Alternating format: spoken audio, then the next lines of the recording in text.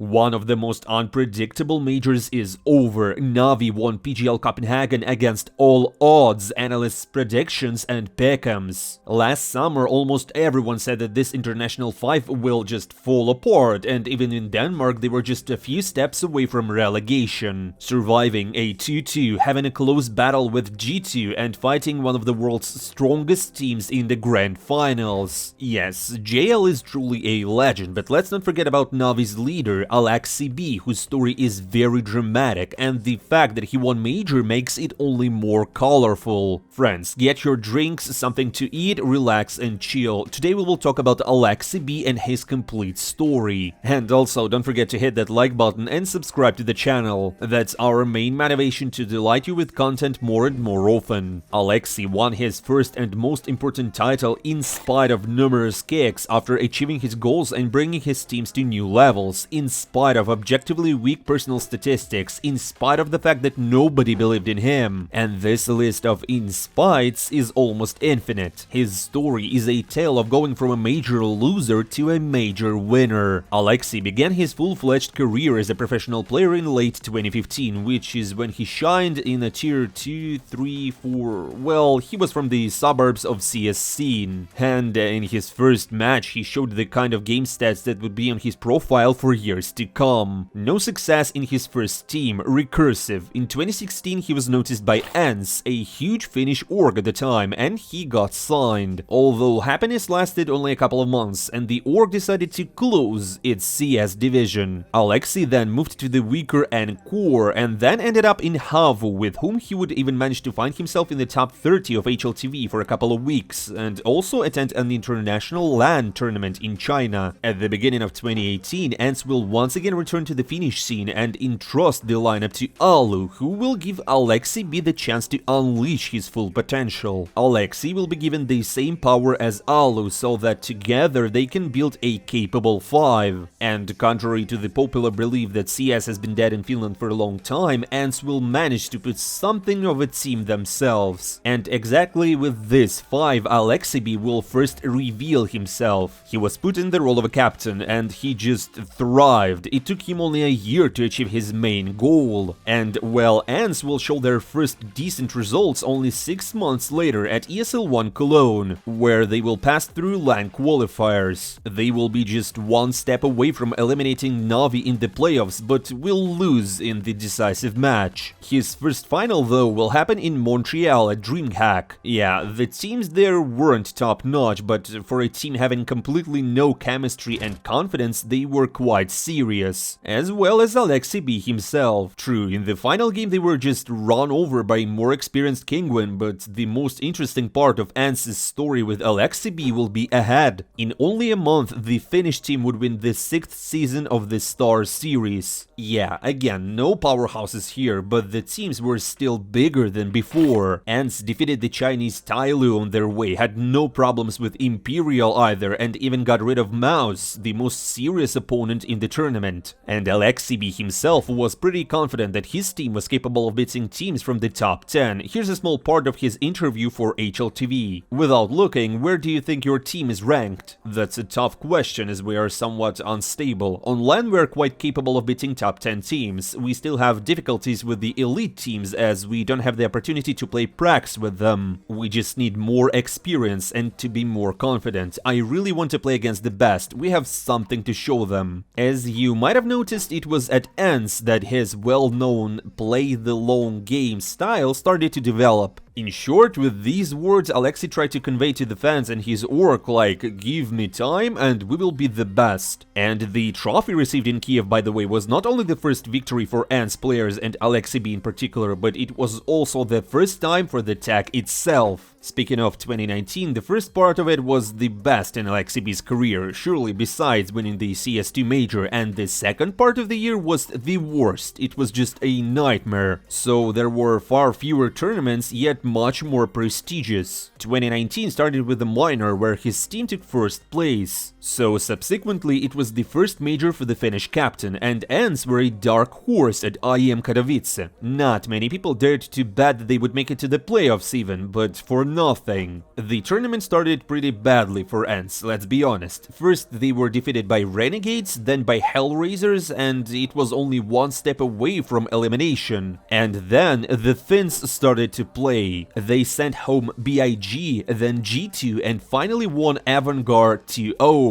From 0-2 they made it to the playoffs, which was already a huge surprise. Can you name any teams that were already one step away from elimination but still made it to the next stage? Yeah, as I thought. The victory over Team Liquid in the quarterfinals was a breaking news thing for the whole community, but the real sensation happened in the semifinals, where Ants beat Navi, who were one of the main title contenders at that moment. But unfortunately, in the finals, and obviously the Finnish machine stalled, Astralis were just uncounterable. By the way, here's a small comment on the victory over Navi. Aleksib said that Navi simply underestimated his team, for which they paid. After the major, Ants, as one can say, got that very experience, both in games against strong opponents and against weak ones. Even against the unbeatable Astralis, they played with their heads held high. The second victory for the team came in the late spring of the year, where those very unbeaten Astralis finally gave a crack. So, my dear friends, in case you didn't know, it was Aleksib and his team who were able to stop the Danes. And in the grand finals, Astralis didn't win a single map in a best-of-3. That defeat was a big blow to Zonic's team, and at the same moment, Ants became one of the most favored teams on the scene. But hey, wait, you might say, why, if they were so successful, people called Aleksib one of the biggest losers of CS scene? It was at this moment in the middle of 2019 when things started to go downhill. The clouds gradually thickened. Despite excellent results throughout 2019, second place at a major, a triumph at Blast, second place at IEM Chicago, and a slew of semifinals are all great. But behind everyone's back, Alu was unhappy with the captain. Wait, what? Why?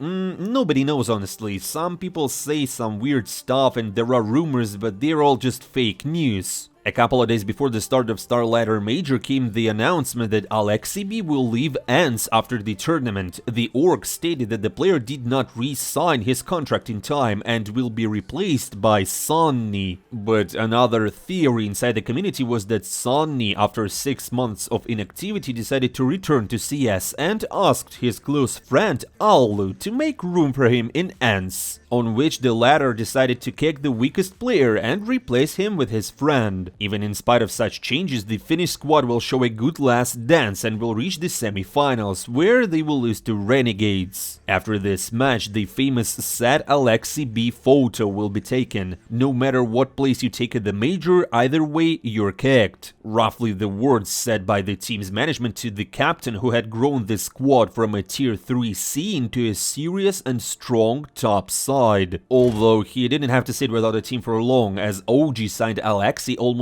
immediately and gave him power to build a lineup of international stars. And the funny thing is that in a couple of months, the newly formed OG squad will beat Ants at one tournament. Here's what Aleksib said: "I think it would be naive of me to say that I didn't prepare for this match better than for others. It's a bit personal, and I think every player who has been in my shoes would have treated the match the same way. It was a personal thing. To summarize, it's certainly nice to beat your former teammates that you've worked with for so long, given the history behind it. I'm just happy for every fan that supports me and OG." So, my friends, as you can see, even after such backstabs, Aleksib still had the fuse to prove to everyone what he was capable of. 2020, despite the problems of going online, was still quite successful, with OG finishing in the 12th place overall in HLTV. Their best result was at IEM New York, where the international mix reached the finals. It was a good start, they had results, but it was too early to relax. 2021 was coming. The year started pretty well with a win at a Steel Series show tournament, where even FaZe fell at the hands of the Finnish genius. But then followed the failure at Katowice, failure at the EPL, failure at Flashpoint, and only after such a series of disappointments, the squad reached the finals of IEM Summer, where they lost to Gambit. Another second place, but now at another ESL tournament. Yes, they lost 3-0 in in the finals, but on the way they managed to beat Vitality and Outsiders, so the result was pretty good. After that, the squad didn't play well, even managed to miss the major in Sweden. Well, and next, Aleksib would never be able to fulfill the potential of the team he assembled, because at the end of the year he became the part of the deal between G2 and OG.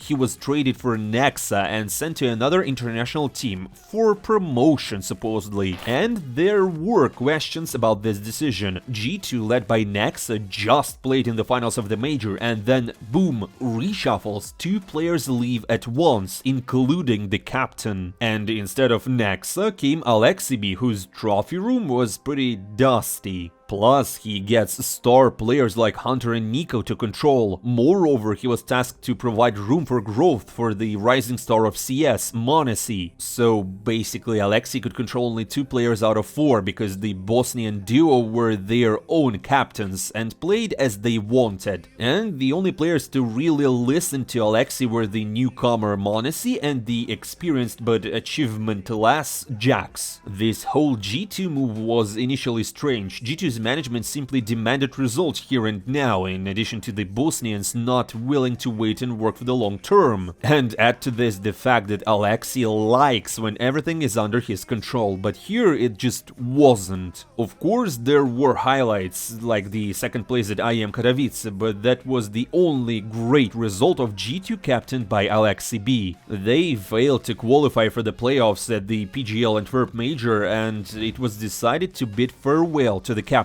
Next, in September 2022, Aleksib will be picked up by NIP, and there again it wasn't possible to unlock the full potential of the squad because the Swedish management couldn't decide on the roster up until February 2023. They were swapping one player for another and another for the third. Obviously, they just failed at Blast Paris 6 months later, and the Finn was once again kicked. And bros, at that moment, everyone thought that Aleksib was already done. He was cooked. After playing for ENCE, no results, not even close. You missed the opportunity with OG, you failed to deal with authority in G2, and you couldn't stop the decline of NIP. Take responsibility and hang the mouse. Like, become a caster or analyst or whatever. But in the off-season, something really weird happened. Blade and Na'Vi built their own plans. They were scouting candidates for a captain, and Aleksib was chosen for the vacant position. The very player who missed a huge pile of opportunities. Again, a roster problem. Again, another star player who shone much brighter than Nico and had a more selfish character. Yo, simple. No offense, bro, that's just the facts. And then the only decent result with a star sniper is their second place at the ESL Pro League in Malta, after which Simple will go inactive. The star's place will be taken by a younger but in no way weaker Wonderful. Now it was a perfect lineup for Aleksib. After all, he's used to working with young talents, humble and unknown players, not stars. It was with youngsters that he had his only success between 2018 and 2019. Through blood, sweat and tears, the ultimate loser in CS became a major champion when literally no one believed in the team. Not the community, not the fans, not the coach, and not even themselves. Like I said in the beginning, roughly put, it was done in spite of everyone and everything. And still, Aleksib showed all the haters what he's worth in Denmark. He showed Alu, who decided to kick him out. He showed Nico, who still can't win a major. And he showed NIP's management, who didn't give him time. Aleksib Virolainen's main motivation was to freaking show all of them, to get revenge. He went from an unknown player who was considered a total loser to being one of the most underrated captains in CS, and after all, this is just the beginning of the new Na'Vi roster. Now, they are not outsiders and dark horses, but one of the favorites to win every tournament they participate in, and playing under that kind of pressure opens up the players in a whole different way. It's difficult to become the best in the world, and it's even more difficult to keep it up. And now, Aleksib has to prove that winning a major was not a fluke. So we, my dear friends, humbly wait for the next tournaments and see how Na'Vi will show themselves in a new role. Don't forget to hit that like button, to subscribe to the channel, and to leave your comments below. We read all of them and listen to your ideas. I'm not saying goodbye for a long time. See you soon.